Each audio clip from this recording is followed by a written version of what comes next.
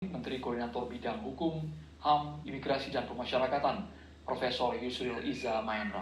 Prof. Yusril, apa saja sebenarnya Prof? Secara konkret, apakah ini betul sebuah akumulasi kemarahan dari publik agar partai politik, sistem pemilu kita diubah secara komprehensif, Prof. Yusril? Ya, yang dipahami oleh masyarakat adalah bahwa aspirasi-aspirasi mereka yang berkembang selama ini, tuntutan-tuntutan mereka itu tidak tersalurkan secara wajar melalui anggota-anggota Dewan Perwakilan Rakyat, baik di pusat maupun di daerah, ya. Dan ketidakpuasan itu akhirnya seperti gunung es yang kemudian disalurkan melalui cara-cara di luar sistem perwakilan kita sendiri, baik itu dituangkan dalam bentuk media sosial, dituangkan dalam bentuk unjuk rasa dan lain-lain sebagainya. Dan itu pun sudah dilakukan cukup lama, tapi tidak dapat mendapatkan respon yang positif dari anggota-anggota badan perwakilan kita, sehingga ya akhirnya terjadilah apa yang sekarang ini kita amati bersama-sama, yaitu terjadinya unjuk rasa di mana-mana yang akhirnya menimbulkan banyak sekali korban, dan awalnya sebenarnya ditujukan kepada ketidakpuasan mereka terhadap apa yang terjadi di Dewan Perwakilan Rakyat, entah itu tunjangan, entah itu juga perilaku yang ditunjukkan yang tidak mencerminkan sebenarnya kehidupan rakyat yang sangat susah dalam beberapa tahun belakangan ini. Nah, kalau di kalangan pemerintah sendiri, Pak Prabowo Subianto awal pembentukan kabinet itu sudah mengumumkan Astacita, ya. Dan salah satu Astacita itu adalah reformasi birokrasi, reformasi politik, dan reformasi hukum.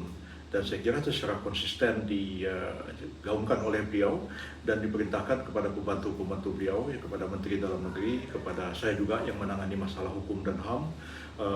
Kemudian juga ada putusan Mahkamah Konstitusi ketika Pak Prabowo Subianto sudah menjadi presiden, untuk segera kita melakukan reformasi politik dan reformasi birokrasi dan hukum itu sendiri.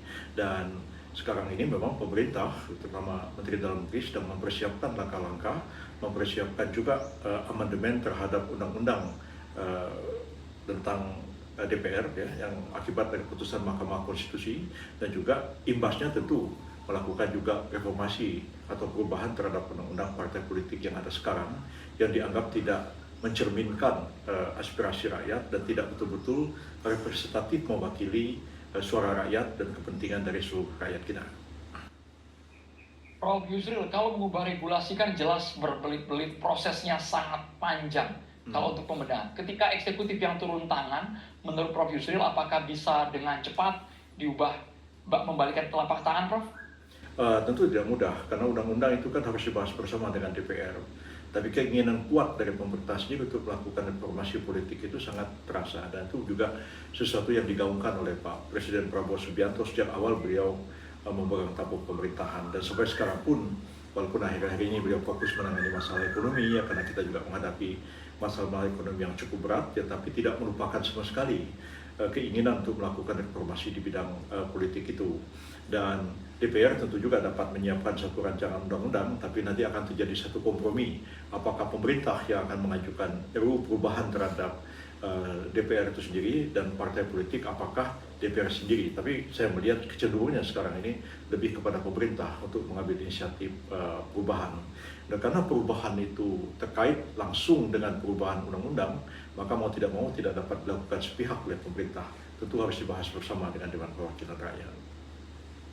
Prof. Yusril, jika kami tarik ke kader partai politik, Prof, kami kan inginnya sebagai masyarakat, mereka yang duduk di parlemen itu adalah orang-orang yang punya kualitas, yang kompeten. Tapi kemarin kita dikecewakan oleh ucapan tindakan dari 5 legislator, Prof. Ya. Apakah memang betul seleksinya harus sangat ketat agar kita tidak lagi kebobolan orang-orang yang tidak kompeten itu, Prof? Ya, kalau kita ingat awal reformasi kan kita ingin melakukan reformasi menyeluruh, ya, di bidang politik ini, termasuk reformasi kehidupan politik dan reformasi DPR sendiri.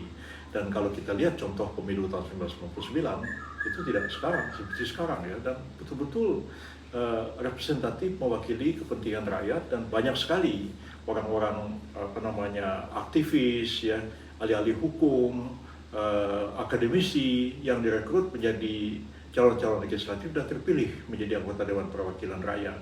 Tapi kemudian kan terjadi perubahan cukup besar dalam sistem pemilu kita, kemudian juga perubahan-perubahan dalam undang-undang partai politik, ya, sehingga yang terjadi seperti sekarang.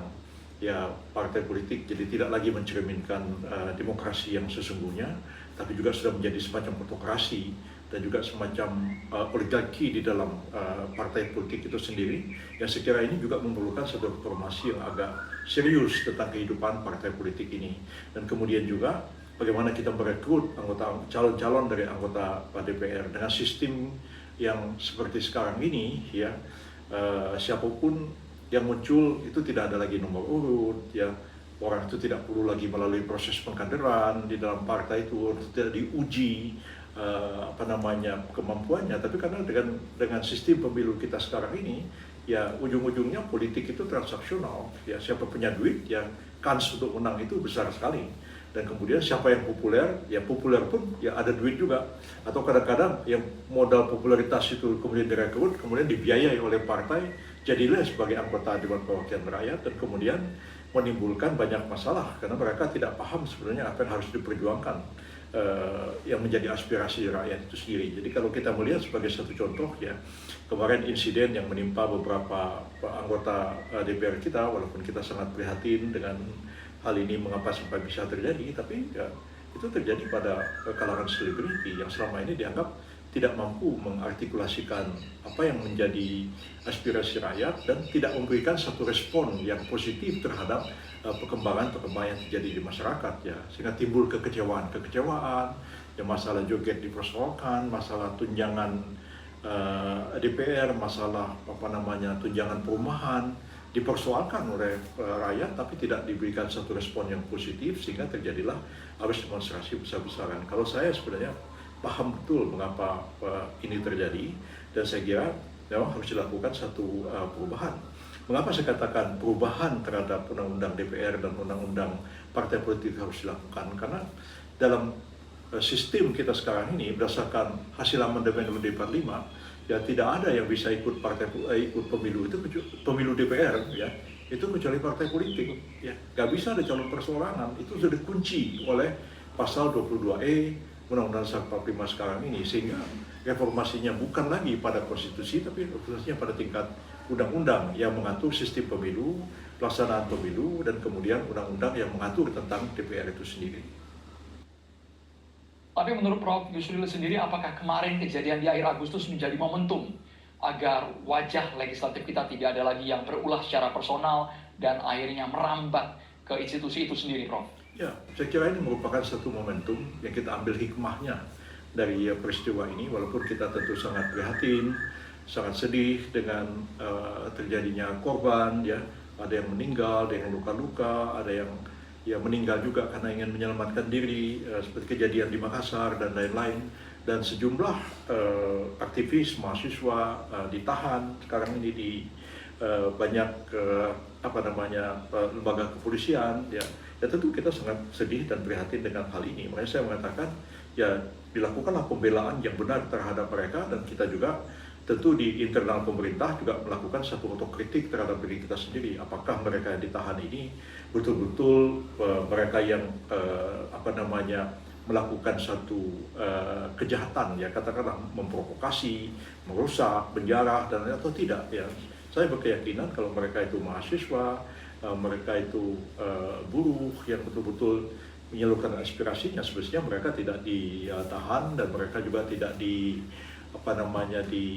ditangkapi, tapi ya kita menghormati aspirasi yang berkembang antara mereka. Dan saya kira di kalangan pemerintah pun ada keinginan seperti itu, dan saya sendiri terutama juga yang ya sebelum saya balik lagi ke pemerintah, kan saya sebagai seorang advokat yang selalu melakukan advokasi terhadap kasus-kasus seperti ini, tentu merasa sangat prihatin dan berharap juga ya dalam waktu dekat ini dilakukan satu seleksi sehingga mereka yang betul-betul ada alat bukti yang cukup kuat ya untuk diteruskan ke pengadilan. Kalau yang tidak ya sudah dilepaskan saja, dikembalikan ke orang tuanya, dikembalikan ke rumahnya masing-masing. Dan saya kira saya sangat bersimpati terhadap mereka yang melakukan unjuk rasa ini, tapi tentu harus mengambil langkah hukum yang tegas terhadap mereka yang menyalahgunakan kesempatan ini untuk melakukan kegiatan-kegiatan penjarahan, pembakaran, perusakan dan lain-lain. Jadi momentum kasus yang terjadi pada akhir bulan Agustus ini kita ambil hikmahnya untuk melakukan reformasi kepada Dewan Perwakilan Rakyat itu sendiri, dan juga melakukan reformasi terhadap undang-undang partai politik dan kemudian sistem pemilu kita sendiri. Kami yakin sekali Prof. Yusril mengetahui persis bagaimana suasana kebatinan rakyat saat ini. Tapi dengan tenggat waktu tuntutan Prof. 1 tahun, apakah itu hal yang mustahil untuk mewujudkan reformasi politik, Prof. Yusril? Maksudnya tuntutan 1 tahun bagaimana? Tuntutan apa maksudnya nih?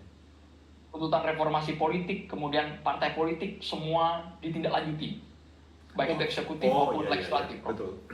Ya memang ada yang segera dapat dilakukan. Ada yang memang perlu waktu, ya ada mungkin perlu waktu setahun atau waktu beberapa tahun. Tapi yang tidak-tidaknya apa yang sudah disuarakan itu bagi pemerintah ini kan masih lebih kurang 4,5 tahun lagi dari sekarang ini, dan tentu waktunya tidak terlalu panjang. Seperti untuk melakukan reformasi bidang politik memang harus segera dilakukan, mempersiapkan undang-undang perubahan partai politik, undang-undang tentang sistem pemilu, undang-undang tentang DPR itu sendiri, itu memang harus segera dilakukan sehingga pemilu yang akan datang kita harapkan itu betul-betul pemilu yang ideal. Yang kita harapkan ya kalau tidak seperti pemilu 55, ya paling tidak seperti pemilu tahun 99 yang kita rasakan betul-betul mampu untuk mengartikulasikan demokrasi dalam kehidupan masyarakat kita ini, ya terhadap hal-hal yang memang segera harus dilakukan seperti tuntutan untuk reformasi pada institusi kepolisian. Itu kita tentu melakukan evaluasi, kita juga melakukan satu otokritik ya terhadap aparat kepolisian kita sendiri. Kalau yang salah memang harus kita perbaiki. Kalau yang melakukan satu tindak pidana juga kelalaian mengakibatkan orang lain mati, ya kita tindak juga. Dan saya kira tekad seperti itu kita lakukan secara fair dan adil. Ya tentu hal-hal seperti ini didengar oleh Pak Presiden, dan beliau juga memberikan satu arahan ya dalam sidang kabinet ya supaya kita bersikap fair dan objektif, yang mengambil satu langkah hukum yang tegas. Mereka yang salah kita tindak, tapi kita juga melakukan evaluasi terhadap aparat kita sendiri. Ya kalau mereka melakukan abuse of power, mereka bertindak berlebihan yang tidak seharusnya seperti itu, tapi dilakukan seperti itu dan sebagainya, itu kita melakukan evaluasi juga ke dalam, sehingga kita pun mendengar suara rakyat, dan kita juga melakukan evaluasi terhadap internal pemerintahan dan aparat penegak hukum kita sendiri. Baik, ini ada yang sedang ramai berbicara soal sistem pemilu. Prof. Yusril mengatakan sekarang ini saat ini sistem pemilu kita membuat orang yang berbakat itu bisa kalah sama yang populer, sama artis. Ya. Ini maksudnya gimana? Ya karena memang sekarang ini kan tidak ada nomor urut, ya. Orang mau nomor 10, nomor 20, nomor 1, yang penting suara terbanyak. Dan jadi sehingga timbul persaingan antara para calon itu sendiri. Bukan persaingan antar partai, tapi dalam satu partai yang sama. Misalnya calon satu daerah itu hanya ada 3 orang wakil. Katakanlah misalnya provinsi A, itu wakilnya di DPR cuma 3 orang. Partai itu sendiri sudah mencalonkan 6 orang. Partai lain 6 orang juga. 10 partai 60 orang. Di dalam internal partai itu sendiri juga terjadi kompetisi antara sesama mereka. Dan kita tahu ya, selama pemilu kita ini, sesudah pemilu 99, itu mengarah ke transaksional. Kemudian orang proses politik itu tergantung berapa bayar berapa, uangnya berapa, dan sebagainya. Itu yang orang yang berbakat, ya umumnya nggak punya duit. Aktivis misalnya, malah punya duit dari mana? Dosen punya duit dari mana?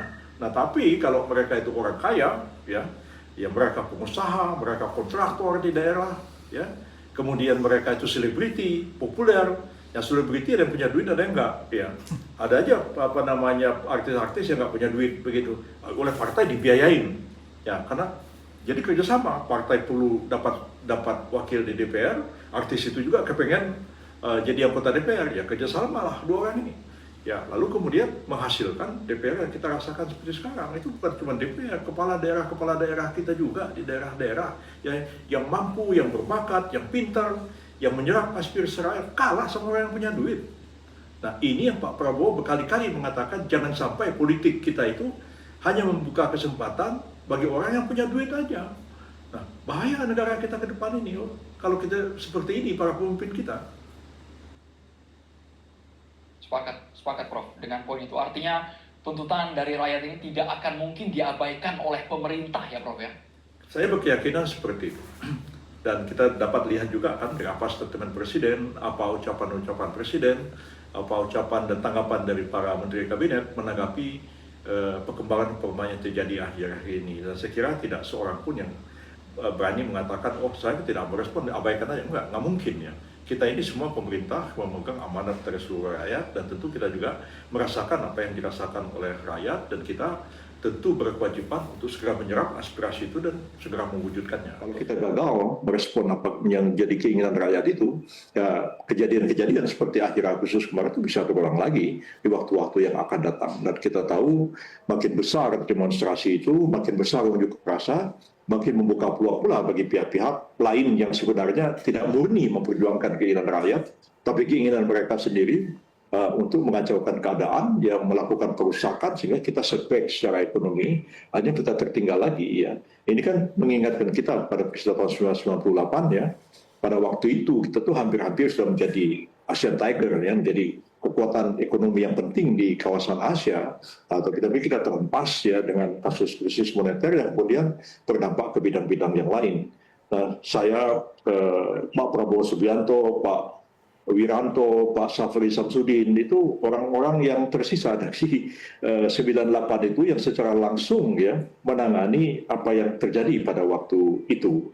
Dan saya kira sebagian besar yang ada di pemerintah sekarang, di kabinet sekarang, memang generasi baru. Tapi orang seperti Pak Prabowo, Pak Safri, Pak Wiranto, dan lain-lain itu orang yang sama-sama menghadapi tahun 98 itu dan paham keadaan pada waktu itu, dan tentu tidak ingin mengulang hal-hal seperti itu. Ya saya mungkin yang paling muda di antara beliau-beliau itu yang masih aktif dalam politik. Ya Pak Wiranto ya sudah orang tua, ya sudah sepuh ya. Pak Luhut juga, tapi ya beliau-beliau itu sangat paham apa yang terjadi 98 dan tentu tidak berkeinginan hal-hal yang semacam itu terulang lagi di negara kita sekarang maupun di waktu-waktu yang akan datang.